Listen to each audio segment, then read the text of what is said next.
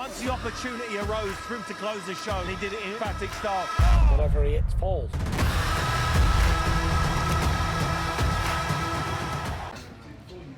Oscar Bevis for IFL TV in association with MTK Global. I'm here at the press conference for Saturday night show at York Hall. I'm joined by Francis Ron. Francis, how are you? Not bad, thank you, Oscar. How are you? Very well, thank you. I'm going to start by something that Sonny told me. Charlie had an open workout for his fight in Sheffield. I went down there, Sonny was there, spoke to him about this, and he said to me, this is the resurgence of the big domestic shows on BT Sport. Is there something that he knew that we didn't? Is it? The resurgence of the big domestic shows. Yeah. Well, listen, you've got 8 guys, all from these shores, all fighting each other, and this is what we're about. You know, this is top talent from the UK. We believe in our guys. We don't mind putting our, two of our fighters from our stables together to ensure that we produce 50-50 quality fights for the fans, and also, most importantly, for the fighters. You know, the winners of these fights, they really do. Sorry, you've got 7 of the 8. Forgot about Mr. Guanaros. The winners of these, these 50-50 all domestic clashes, they're in a really, really strong position to, fast forward their careers. And that's not doesn't mean the case of rushing them into fights that they're not ready for. It means a case of they get bigger profile. People know who they are quicker. They're on TV. Had, for example, Zach Chelly and Cody Davis both had 6 rounders at light heavyweight, they wouldn't be on BT. They wouldn't be on TV. The fact of the matter is that they both said, yeah, go on then. Let's see who the best young light heavyweight in Queensberry stable is. That they're getting the exposure on television. And even the guy who comes out with, on the wrong end of the decision still has that profile that they've been seeing live on BT Sport, and they get to still say, right, I'm a bit of a face now, so they're in a good position as well. So, this is what we like doing, this is what we enjoy doing. Quality, young boxing talent from the UK, given the exposure they deserve at an early stage. I mean, there's no doubt that the domestic fights are genuine 50-50 fights. Correct. The one that probably isn't a 50-50 is actually the headline. And even Sonny said himself, he was like, I could pick 2 others as headline over himself. Just highlighting that. I understand where Sonny comes from, and I kind of touched on it when, in the intro at the press conference. It might not be a 50-50 with Sonny and at top of the bill, but the fact of the matter is he's dropping down to flyweight for the first time. He is on the cusp of world title. World title. He has fights. got that profile. And it's not just about the profile. He's on that cusp of that world title at super flyweight, but he's taking a big risk in dropping down to flyweight when, realistically, he's probably 2 to 3 fights away from world title at superfly. But he doesn't feel he's performing at his best. So the intrigue for me, and the reason why he's top of the bill, is to see how he performs at a weight division below. Not starting again, but almost certainly, probably taking in terms of world rankings, etc., maybe taking a step back to make sure that he is fighting at the right weight. That's why it's top of the bill, because it's interesting, it's exciting, and Sonny is the most experienced fighter on that card at championship level, and for me, the most exciting. You said in the press conference that there'll be some exciting things to come from Sonny. If he comes through Saturday, is that what we can expect? A big fight, essentially? This is a big fight. They're all big fights. In terms of like a world level fight, I say. World level fights. Listen, world title fights obviously are the end goal. No, it's definitely not the end goal. A world title fight is a stepping stone to a long legacy and a long illustrious career, because you don't just want to win world titles. What's the point in winning if you can't defend it? Because then if you win a world title and you get beat straight away, then you're back down to trying to win one again. You want to win it, make sure you've got the tools and enough ammunition in your locker to be able to win it and keep it for as long as possible. And for me, Sonny Edwards, 2 to 3 fights, if the right opportunity comes up, we will grab him a world title fight, but only if he agrees with us and he tells us that he's ready to do so, and also ready to keep hold of it. Because this guy will go, I'm sure, at some point will go back up to Superfly. So the aim is to be an unbeaten 2-weight world champion. Okay, lots of other young fighters on the card as well as a big domestic fights. Harvey Horn, James Branch as well. Yeah. And those sort of guys. The London boys. Yeah, London boys are coming. Yeah, James Branch keeps improving. Keeps improving. He's a lovely, lovely fella, James. Absolute standout amateur star. I think he found the first couple of fights as a pro a little bit tricky, but he's really settling into himself now and believing in himself, which is what we want from him. And very excited to see him back out again.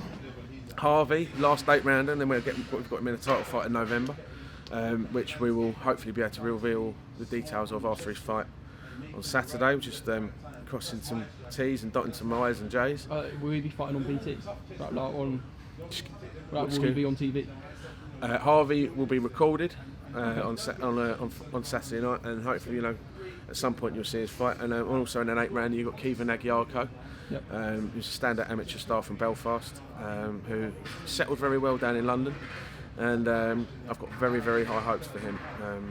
He's started off at super middle, then he's gone down to middle, and I think he might even end up at light middle. He's finding his power, finding his feet, he's finding his happy place within the box, within the boxing world, and a lot of that is to do with Alan Smith and the guys down at the iBox gym. I think it's a very happy family down there, and all good things are coming out of that gym at the moment. You've also got Umar Sadiq, which I'm looking forward to seeing him back again. I mean, you said about the loser of Zach Shelley, Cody Davis has a route back. Zach Shelley defeated Umar Sadiq, and now there's a chance for him to do it. You've got to stand by you guys. We don't just we don't watch people have a disappointing night and then just toss them to a side. That's not what we're about at all. Okay. Also that night, obviously earlier on, a big night of boxing over in Vegas with Tyson Fury, Otto Wallin. Frank's out there, I believe. A lot of people have been talking about Frank's relationship with Tyson now. He's sort of signed with Top Rank in the SPN. Still sort of very, very, very strong relationship. Yeah. Tyson and my dad are tight as ever, and the business relationship remains very, very strong. And also, it's come in for a lot of criticism in terms of a pay-per-view event. I just want to know your thoughts on that. That's sort of something that people seem to bring up a lot recently with Fury, considering how, if we're being brutally honest, he's beat Deontay Wilder, and now obviously there will be a drop in level because that was sort of 2 of the best heavyweights in the division. You've got to appreciate that Tyson Fury is probably one of the top 3 sports stars in the world. He's certainly the most exciting, most popular boxer on the planet, and if you put a picture of Tyson alongside anyone else in world boxing, people recognise Tyson before they recognise anybody else. He's the number 1 heavyweight in the world, and he's pay-per-view worthy all day long. He's a sports star. He's an absolute superstar, and whether he's fighting Deontay Wilder, Mike Tyson, me or Daffy Duck, it would be a pay-per-view fight because he is a superstar. And if you want to pay to watch the best, if you want to watch the best, you pay for it, and that's the world that we live in this sport, in these sporting days, because it's never been any different. When you get to the top heavyweights in the world, they've always been pay-per-view stars. And in terms of the fight itself and the future for Fury, providing he comes through unscathed against Wallin, which we expect him to. Sam Jones, I'm not sure how much he actually knows, but he told me February the 22nd there'll be the Deontay Wilder rematch. Oh, is that what Sam said? Yeah. Oh, it must be true. I'm sure these. Well, listen, Tyson's been talking about that date for a long time, so I think he mentioned it in an interview with BT Sport the other day, sitting poolside in Vegas. So it looks like that could be the proposed date, but obviously things chop and change until anything's officially announced from the promoters. Then nothing's confirmed. Okay, Anthony Yard. Anything going on with him about what could be next? Or obviously it's been a couple of weeks. Anthony now will have a fight, and then like he'll be back in the mix. There's no. He'll be fighting this year. Yeah. There's no sort of backward steps with Anthony. He's got to get back on the horse, and he wants to get back on the horse. He'll be fighting someone who will be. It will be a world ranking fight because he wants to get back on that world level. And that's it. And we're working on it at the moment. A couple of meetings this morning, a couple of phone calls this morning about it. And the names we're talking about are ones that have got a purpose to them that will enhance. Obviously, Anthony will drop down a few places in the world rankings following the defeat to Sergey Kovalev, but we want to get him back up there as quickly as possible. This is another thing I put to Sam actually about Joe Joyce. Him and Gerald Miller, the back and forth on Twitter, and Gerald Miller. Tell you what, if failed we could get deals done on Twitter, we wouldn't have to come here, would we? It would be brilliant. Oh, would you fancy it? Yeah. You'd be unemployed if you could get jobs done on Twitter. Yeah. Well, no, I'm all right. You know, maybe. I'll get you to come and do my Twitter. Yeah, Joe Joyce, Gerald Miller. Gerald Miller's coming off the back of failed drug tests, but the manner of the failed drug test is perhaps what will put people a bit on edge about this fight. But it massively suits Joe to go in and potentially beat Gerald Miller. Where is this? Where are you sort of on this whole thing? 'Cause obviously, I understand it's a tricky situation for perhaps BT as well. Yeah, talk to me about that. I think Gerald Miller made massive mistakes. As long as he is cleared to box and there are no overhanging issues legally, test-wise or anything like that, then who are we to say that the man can't earn a living? Having said that, we are at a very early stage of talking about Joe's next opponent, so I wouldn't. This is going to be a great fight.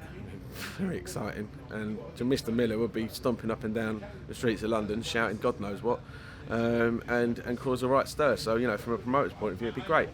However, there's a lot of work to be done on it first, so we are working on Joe's next opponent at the moment. Not many people want to fight him. You know, you see Caballero just done the off, doesn't fancy it, and then the letter went off to the EBU this morning following their rankings being released yesterday to work out who's going to be in the opposite corner for the vacant title. So if Joe was to get out before the end of the year, could we expect him to fight for the vacant European title? Well, he's in a position, isn't he? He was supposed Do you to know fight. who the That's what I just said to you. That's what I just said to you. We've written to the EBU this morning. I know, but do you have an idea of who it might be looking at perhaps If you go down the rankings, it's quite easy to work out. So you've got Fury in at number 1, he's unavailable. Joshua's number 2, he's unavailable. Dillian's unavailable until further notice, I've been told. Number 4 is Povetkin. Great fight. Great fight. So we'll see what the EBU say about that. I think 5 Pulev. 6 is Chisora. You know, Pulev, I think, will be looking at the IBF with one on the IBF world title next year. Chisora is busy with his Vaseline. I think number 7, 8 and 9 are, I can't remember what order, but QE Fury's in there. Interesting. Marco Huck's number 9. I can't remember who number 7 is. Help me out here. There's one missing. It's going to really pee me off. But yeah, so Takam. Right. But Takam again, I think he's stateside now. He's American now. So you know, so of those top 9, the availability of those guys stands at Povetkin. Don't know where Huey is. And Michael Huck. Okay. So that's the European title. So that's where that's the route you go down if you want the European title. But we'll see what the EBU come back with. Okay. Just fine. I want to ask you about, from a promoter's perspective, Ksi-Logan, Paul. You know, it's going to land on possibly Sky Sports, and it's being promoted by Matchroom and DAZN. Completely new, different, unusual. It's not unusual or different. It's a load of old shit. It's just shit. It's not boxing. It's just shit. It's 2 fellas who have made a fortune on YouTube, and good luck to them. But as a boxing event and professional boxing, please, it's a fucking insult. It's crap. Do you know much about the licensing and how does it sort of highlight how simple it is to get a license? Give a shit. The fact that you've got a guy who's got a world title potentially on the undercard of that. Billy Joe. Please. Yeah. Please. I thought you were a boxing journalist. You me? Yeah. Yeah. Well, that's not a boxing question. Well, no, but the only relevance that's got to IFL is that you go out on YouTube as well. That's it. It is professional boxing now, though. Fuck off. It is. Please, excuse the language, please. Come on, ask me about any other fight you want, but please don't waste my time talking about that. Okay, no. So you're not sold on that then? No, definitely not. AJ Ruiz? Very intriguing. I'm looking forward to it, actually. I've got to say, I am. Is it probably the most intriguing? I'm not looking fight forward to the there's fact that been? it's over in Saudi Arabia. I think that's a bit of a shitty move for the fans. You know, it's a long old slog. You know, you saw the reaction of Groves and Callum Smith over there for the Super Series final. I know people were pissed off about it, but it doesn't seem to bother anyone. That you know, it's like if you hear of other people getting slagged off about something, and it's genuinely the fans are upset because they had to make a God knows how many hour trip to watch a boxing, watch a fight they've supported their whole career. To then just go, oh, we've seen these guys complaining, but we'll just do it anyway. Plus all the the political issues that have arisen out of it. I think it's a real kick in the balls to the fans that it's in Saudi. Having said that, as a fight, the fight's a fight. Probably the most Anthony's got to intriguing keep Joshua fight. Anthony's got to keep it very long. Got to keep it very long, and if he can do that for 12 rounds, he can do it for 12 rounds. But Ruiz has shown what he's capable of, and he's very, very slick. Ruiz, don't let that guy fool you. Okay. Actually, I said finally. I always do. I always say finally, and I think it's something else. Can you just run me sort of through your shows towards the end of the year, sort of the schedule that we can expect? Yeah, so obviously we've got Saturday night, which we're all here for. Yep. Danny Dubois on the 27th Royal September Albert at the Royal Albert Hall. We've got Josh Warrington, the 12th of October, defending his world title. On there you've got Lyndon Arthur, Zelfa Barrett, Jack Bateson, and then November, December we'll have 2 more shows before the end of the year, which we should be able to let you all know about next week. Okay, that's all. Francis Ron, thank you for speaking to IFL TV, and catch up with you soon. Right, thank you.